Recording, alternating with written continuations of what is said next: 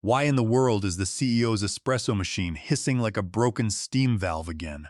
I muttered to myself, crawling behind the server rack with a flashlight in my mouth and a 2-day-old banana in my pocket. That loud machine was wired into the exact same breaker as the HVAC for the East Wing. Something I only discovered after the great latte-induced power outage of 2011. Nobody ever documented that, of course. Nobody but me ever documented anything around here. But I knew because I remember everything. That morning had started like every other for the last 21 years. Me, Ronald Gene Vance, unlocking the office door at 6:47 in the morning, 23 minutes before the official opening, with the original brass key they gave me in 2002. I oil it twice a year. You would be surprised how many executives cannot turn a key if the lock squeaks. They just assume it is broken, like their common sense. The cleaning crew had left gum in the sink again. Someone from product development accidentally left sushi in the mini fridge over the weekend. The kombucha exploded. Not my job technically, not in any contract. But guess who scraped seaweed off a smart fridge with a laminated calendar and a plastic spatula? This guy. Some days I felt like the human version of duct tape. I held everything together in total silence. Got used exactly the same way, only noticed when something broke. The chief executive officer thought I was still working reception, even though my business card clearly said Facilities and Operations Manager, and my inbox had 3,200 unread urgent emails from people who could not change a toner cartridge to save their lives. It got worse when they brought in that new human resources director, Tiffany Miller. Fresh out of graduate school, all teeth and trendy buzzwords. She once asked me where the Ethernet plug went. I told her in the wall, sweetheart, same place your job performance is headed. She did not laugh. Now, I am not some internet guru, but apparently 97% of people listening to these stories do not subscribe. That is like showing up to a potluck empty-handed and still going home with plastic containers full of leftovers. So, go ahead and hit that subscribe button. It keeps the lights on and the petty revenge flowing. Back to the mess. I did not go to fancy colleges. I did not wear blazers that cost more than my pickup truck. But I knew that building, not like a property manager knows it. No, I knew it like you know an old dog. I knew which pipes moaned when it was going to rain. I knew which thermostat freaked out when the humidity hit 70%. I knew where the fuse box creaked like a haunted dollhouse if you opened it too fast. I had kept that company breathing through power surges, toilet floods, and 3 chief executive officers worth of poor decisions. And they just forgot. No recognition, no bonus, no handwritten notes from the board of directors. Just once, when I stayed late to personally unclog the restroom after someone dropped a security badge in it. Do not ask. The old vice president of finance gave me a half-eaten protein bar and said, "You are a saint, Ronnie. My name is Ronald." At some point, I stopped correcting them. I was not trying to be the hero. I just believed in doing things right. That lease, the one that let us squat in prime downtown real estate for 1/10 of the current market rate, I negotiated that back when we could not even get a landlord to return a call. The company had 5 employees and a fax machine held together with chewing gum. The founder, Rodney Patterson, asked me if I would co-sign. Hell, I just put the whole lease under my name. Nobody else had the credit back then. I did not mind. They were like family. But like most families, they eventually forgot who kept the lights on. You ever walk into a room you have spent decades managing and suddenly realize no one notices you unless the printer jams or there is a mouse in the break room? That was me. Invisible until the garbage hit the fan. Then suddenly I was everybody's grandfather and janitor rolled into one. God forbid the air conditioning stopped working. Then I was King Ronald, savior of sweat. So yeah, I kept showing up quiet, competent, and unshakable like furniture. Then came that Monday. Human Resources sent an all-staff email announcing strategic realignment opportunities, which in corporate talk is like a mafia boss saying, "Take a ride with us." My gut went cold. I had seen enough executives cry into their sparkling water during layoffs to know what was coming. I was next, and I was not going to cry. I had already started remembering things they forgot they owed me. And this time, I was not going to clean up their mess. The invite came at 4:58 in the afternoon, just as I was scraping a dried burrito off the glass table. Subject line, Quick Sync Human Resources. No context, no warning. Just a calendar event plopped onto my day like a piece of garbage. I walked in the next morning, punctual as ever, wearing my gray cardigan with the hole in the elbow and a stain shaped like Delaware. The cardigan had seen 3 chief executive officers, 1 office fire, and a surprise baby shower that ended in divorce. It was my armor. Tiffany Miller from Human Resources was already seated in conference room B. She smiled like a stepmother from a movie.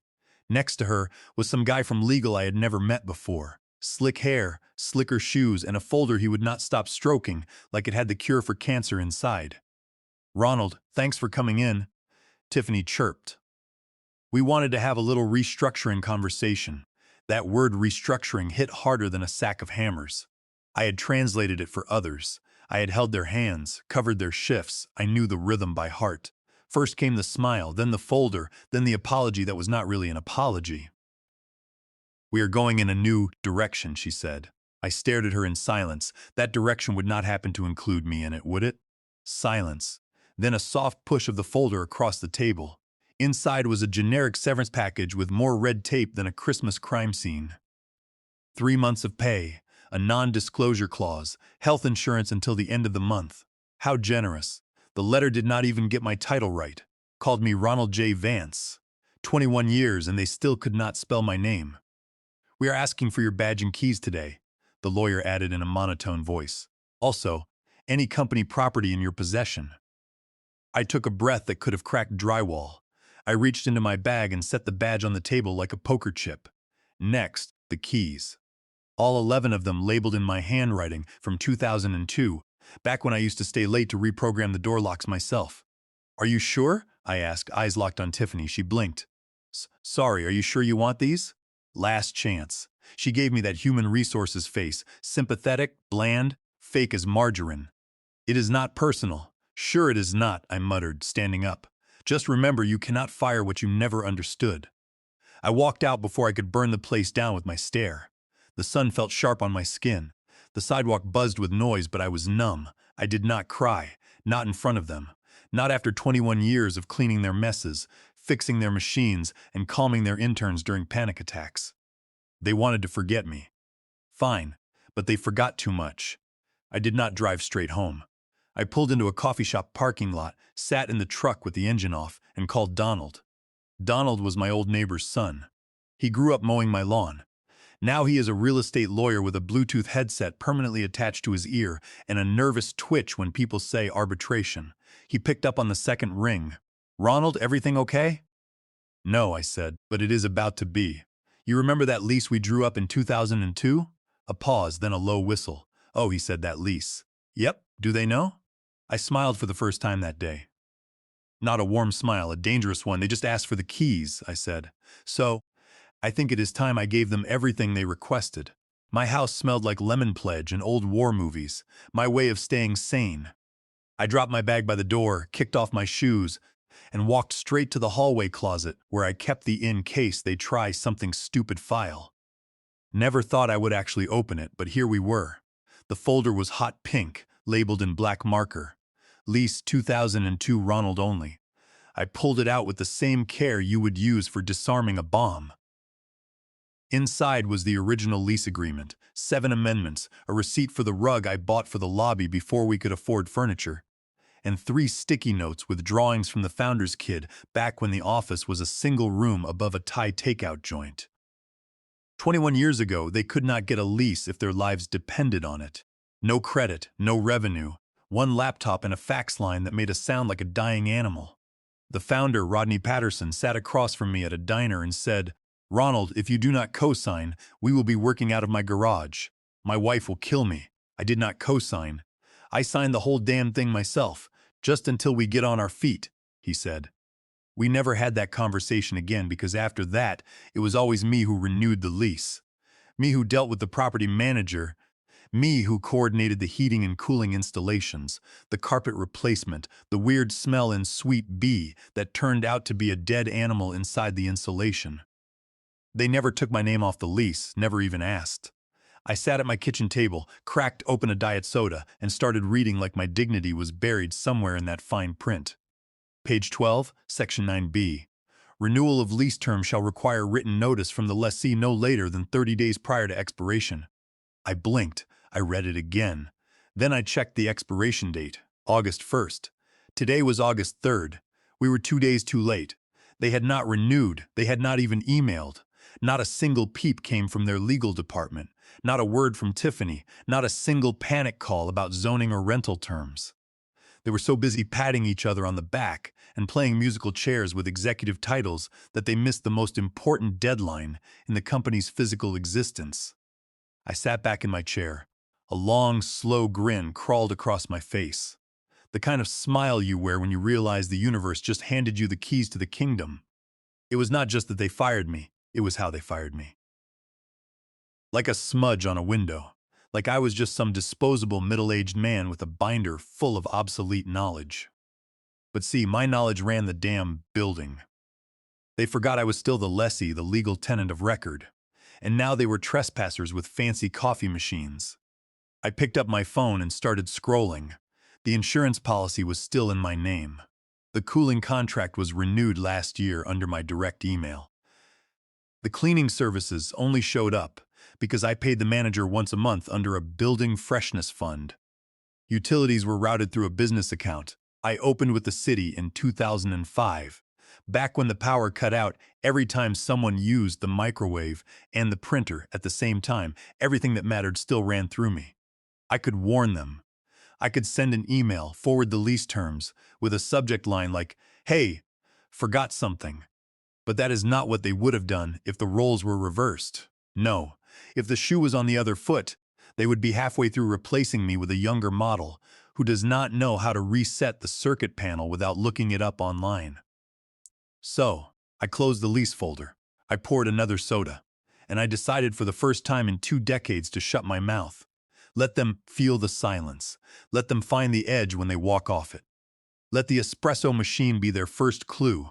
Because now they were trespassing, and I had the paperwork to prove it. I wore my Sunday shoes to the meeting with the property manager, not because I needed to look fancy, but because they made a louder noise when I walked across marble floors. I wanted the world to hear me coming. Gerald Higgins, the property manager, looked up from his monitor when I walked into his office on the 4th floor. He was the kind of man who always smelled like coffee and had 17 different highlighters on his desk for no reason at all. "Ronald," he said, surprised. "I did not think I would see you back here," I smiled. "Let us just say I am here in a legacy capacity." He tilted his head like a confused dog. I sat down, pulled out my folder, and handed him the lease packet. The original amendments, all still pristine. Right down to the one sticky note where the founder drew a flying burrito during our 2009 renewal meeting. "I want to confirm something," I said. "There was no written renewal request submitted by July 1st, correct?" He blinked, started clicking away at his keyboard like it owed him money. No, not from the company. Nothing logged in the system. I assumed they were going month to month while they worked out a new deal. We had not heard anything official." I nodded, calm as a tombstone. "Good. That tracks because under Clause 9b, it converts to a month-to-month tenancy if no notice is received." Gerald leaned back. His chair creaked like an old knee. "Technically, yeah, that is correct." He looked at the papers, his brow furrowing as he realized the gravity of the situation. Under the law, a month-to-month agreement can be terminated by either party with a simple 30-day notice. And since my name was the only one on that original contract, I was the only one who had the authority to make decisions about the space. The company had spent years ignoring me, thinking of me as a glorified janitor who changed light bulbs and ordered printer paper. But now they were about to realize that the ground they stood on belonged entirely to me. I watched Gerald process the situation, his eyes scanning the original signatures. He had been managing this commercial complex for a long time, and he knew a legal nightmare when he saw one. He knew that if the tenant of record terminated the lease, the current occupants had no legal right to remain. I pulled another paper from my bag, slow and deliberate. It was crisp, thick paper with gold-embossed letterhead. "I would like to formally notify you of a lease termination, effective in 30 days. His eyebrows shot up so high I thought they would disappear. "Wait, you are terminating it?" "Yep. As the lessee of record. They missed the renewal window and I have already lined up a replacement tenant. He swallowed hard. Do they know? They will, I replied. The new tenant was a wellness startup called Bloom Pulse. All green juice and air purifiers, young, loaded with investor money, and desperate for downtown square footage to install their salt wall and yoga mats in. I met the founder at a farmer's market last year while buying vegetables. She had offered 3 times what the current lease was worth. Gerald ran a hand through his thinning hair. This is going to be messy. Messy, I said, standing up, was what they gave me after 2 decades of loyalty. I left before he could ask more questions. Back home, I opened a fresh legal document on my laptop and filled in the blanks. Plaintiff, Ronald Gene Vance. Defendant, current occupant, Suite 2011 to 221. Reason for eviction, failure to renew lease, material breach, and subletting without notification. I had found out they rented a back office to some crypto consultant without ever telling me. Another little oversight. I filed it online through the county portal and paid extra to expedite the process. The confirmation email hit my inbox with a delightful ding that made me feel younger than any medicine ever could. Under California Code of Civil Procedure Section 1161, which governs unlawful detainer, they were officially holdover tenants in breach of the lease terms. Specifically, subsection 3 of that statute makes it clear that failing to perform conditions of the lease, such as obtaining written permission before subletting, is a ground for eviction. They had brought in some freelance crypto consultant named Chad, a guy who wore puffer vests and talked about blockchain in the hallways, and they gave him his own office in the back. They did not ask me, and they certainly did not ask the landlord. That was a material breach of the original 2002 agreement, which strictly prohibited unauthorized subleases. I documented everything. I took pictures of Chad's nameplate, copy-pasted their public website listings, and attached it all to the court filing. My lawyer friend Donald Foster said it was the easiest case he had ever worked. He charged me his standard hourly rate, which came to $2,500. But it was worth every single penny. I knew that the wheels of justice were turning, and they were going to roll right over the executives who thought they could discard me like old garbage. Then, like clockwork, Human Resources emailed me. Subject: Request confirmation of returned property. Dear Ronald, hope you are doing well. We are reaching out to confirm you have returned all company property, including documentation, keys, badges, and other physical or digital assets belonging to the company. Please respond to confirm completion. Best, Tiffany? I did not hesitate. I clicked reply all because I knew Tiffany liked to copy half the company to make herself look busy. My response: yes, including the ones you forgot I had. I hit send and leaned back in my chair. The building meant something to me once. I had seen it grow from drywall and Ethernet cables into something shiny and polished. I had eaten more lunches at that front desk than in my own kitchen. I had laughed with interns, I had cried when I lost my dog and someone left me flowers on the break room table. But love has limits, and mine ran out 2 days after they slid that severance folder across the table. I remembered the late nights I spent in that office, fixing broken pipes while the previous chief executive officer was out drinking. I remembered how my marriage had ended years ago because I was always at the building, making sure the operations ran smoothly while the company grew from a handful of dreamers into a multi-million-dollar business. I gave them my life, and they gave me a generic letter with my name misspelled. While they were about to get a lesson in contract law that they would never forget. I was not just getting even, I was reclaiming everything. 2 mornings later, I stood in my sunroom watering my plants with one hand and holding the certified letter in the other. A heavy envelope, real ink signature, stamped with county court markings. Plaintiff, Ronald Gene Vance. Defendant, Apex Dynamics at Occupant Suite 2011 to 221. Subject, Notice of termination and demand to vacate premises. My name in bold right at the top. It felt surreal, like seeing your own obituary while sipping coffee, except instead of death, it was resurrection. A resurrection in sweatpants and comfortable slippers, but still. Across town, the same envelope landed in reception around 9:13 in the morning. The property manager sent it priority mail and emailed a copy just to be sure. Standard procedure, 30-day notice. Tenant has failed to renew. New occupancy scheduled. Kindly vacate or respond through legal channels. Problem was, the receptionist that day was a temp. Her name tag said Chloe in glitter pen. She probably thought it was junk mail. She chucked it in the recycling bin between a box of expired snacks and a broken laminator.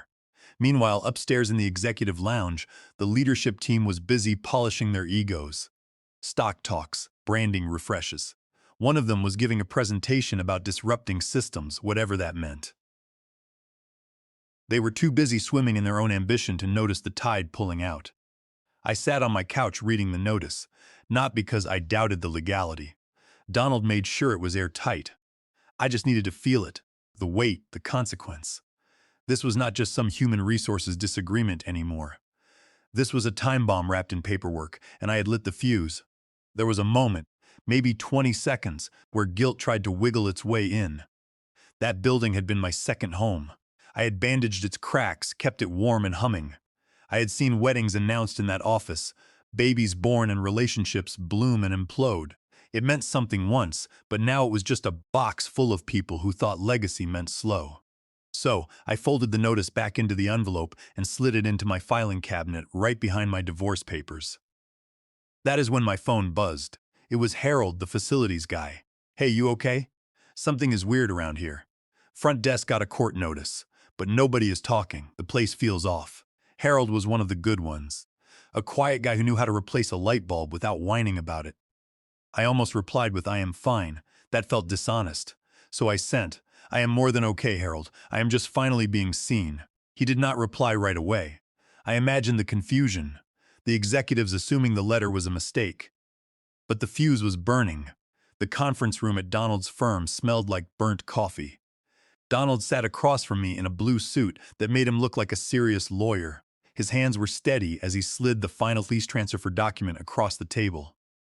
"All you have to do is sign right there under outgoing lessee and again on page 4 under authorizing party." He hesitated. "You still good with this?"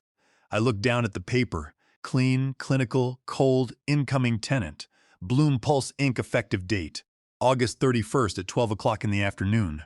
Lease terms, $12,800 a month, triple net, 5-year contract. Signature line, Ronald Gene Vance. I picked up the pen. "No second thoughts?" Donald asked. "Only that I did not do this sooner," I replied. The pen scraped across the page, and just like that, 21 years of institutional memory transferred to a new business. Donald sighed. "I will submit this to the property manager this afternoon. The judge already approved the eviction. You will get notice of posting within 48 hours. They will get 48 hours to vacate. No appeal, no wiggle room." They missed the renewal window, sublet illegally, and did not respond to termination paperwork. You handed them the rope. They built the gallows. At exactly 8:03 in the morning. A few days later, Tiffany strolled into the building, almond milk latte in hand. Her shoes clicked like an applause track. She paused by the front desk and gave the temp receptionist a smile. "Any messages?" she chirped. Chloe blinked. "Oh yeah, something weird on the CEO's door." Tiffany rolled her eyes. By 8:07, she was on the second floor. By 8:08, she was standing in front of the CEO's office with her jaw open. A bright orange eviction notice, laminated and zip-tied to the handle, signed, sealed, and served. Notice to vacate property in breach of lease. 48 hours. She pulled out her phone, fingers shaking. By 8:30, the CEO, Lawrence Sinclair, arrived. He found Tiffany pacing, the entire marketing team watching, and a legal document zip-tied to his door. He yanked it, read it, and blinked. By 9:02, his phone rang. It was Gerald, the property manager. "Lawrence," Gerald said, "this is to confirm enforcement of lease termination. We were notified via certified mail over 2 weeks ago. We received no response. We assumed your silence was intentional." "Intentional?" Lawrence barked. "Who would ignore a 30-day legal notice?" Gerald said. "The call came to me that evening." Lawrence called in a panic. "What the hell is going on?" "You cannot do this," he roared. I put him on speaker and poured a glass of wine. "I absolutely can," I said. "Read your lease." "You are evicting an entire company," he screamed. "Our investors." I cut him off. "Lawrence, let me stop you right there. You fired the person who held the keys. You did not even ask who signed the lease." "We assumed it was the company," he stammered. "That is the problem," I said. "You assumed about everything. About me, about what I was worth. I hung up. On Monday morning, the chaos unfolded. Down on 6th Street, the former executives of Apex Dynamics were wheeling out chairs and boxes into a rented truck. Tiffany wore sunglasses and barked into her phone. Someone had taped a piece of paper to the truck reading strategic relocation. Nice try. A crowd gathered. Then came the CEO. Lawrence, red-faced, lost it completely. A folding chair flew from his hands and smacked the side of the truck with a loud clang. Someone posted the video online. It went viral. Back at home, I got a knock on the door. It was a courier holding a gift basket. On top a note, "Ronald, thanks for the space. We will take good care of it." The Bloom Pulse team. I laughed, a real one, deep from the belly. I walked to the hallway. There, on the wall, hung a small brass hook. I reached into the drawer and pulled out the original office key. I hung it like a trophy. Not because it unlocked anything now, but because once it opened everything, and now it closed the chapter exactly how I wanted. Quietly, legally, permanently. Appreciate you.